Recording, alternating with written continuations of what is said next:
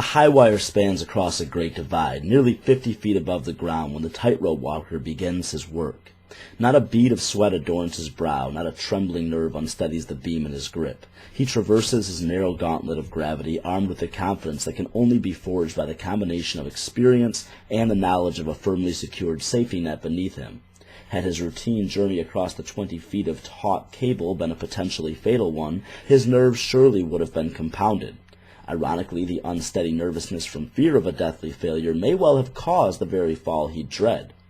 His eyes trained on only the platform ahead, he never once peers down at the steady net he knows awaits in case of his fall, or the solid ground beneath it.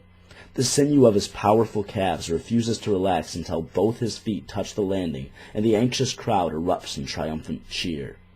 The performer turns to take a bow and notices the safety net below him was never there, and all that awaited him had he failed was unforgiving concrete. The question that matters in this scenario is if the man would have been better off investigating his safety net first to find no evidence of its presence, or believing with absolute certainty that it was there the whole time. Had he found no evidence to support his belief of a safety net, he certainly wouldn't have felt nearly as comfortable with his task. Some would reason that he therefore was not only unharmed by not investigating or being informed of his lack of a net, but that his faith in the net was beneficial in this case. That line of reasoning works from the premise that his journey across the rope was one of unconditional obligation, and that since he had to do it, then it's best he be as confident, comfortable, and happy with it as possible, even if those things were born out of delusion or ignorance.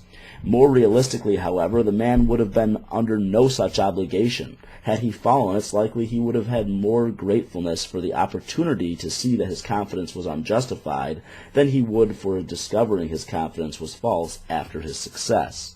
The question of whether it's best for him to know he isn't safe or believe that he is gets more complicated when the scenario shifts and the knowledge can be shared with him or withheld from him. Should his friends who truly distrust the circus manager's shifty claims attempt to convince him to check for a net before his act, or should his friends remain silent, allowing him the comfort of his flawed beliefs? I believe that, as not only a friend but a fellow human being, if I witness people attempting something dangerous and having their anxiety soothed by delusion, I should share my skepticism with them and encourage them to seek truth more than comfort. Many times I've been accused of being evil and heartless merely for answering the questions honestly when people ask me why I don't pray or why I don't believe in God. So it isn't often that I bother bringing arguments against them doing so to them.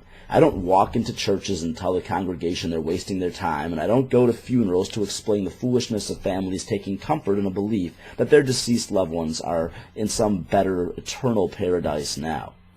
However, I do feel that it's unwise for the majority of people to strut into a prize fight of life believing that they have a divine, all-powerful, all-knowing cutman in their corners.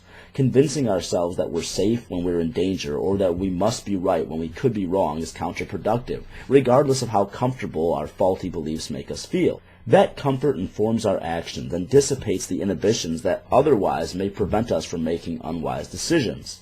I'd feel much more comfortable if I genuinely believed I was a billionaire, but if I did, I'd surely execute behaviors which in reality would do me significant harm.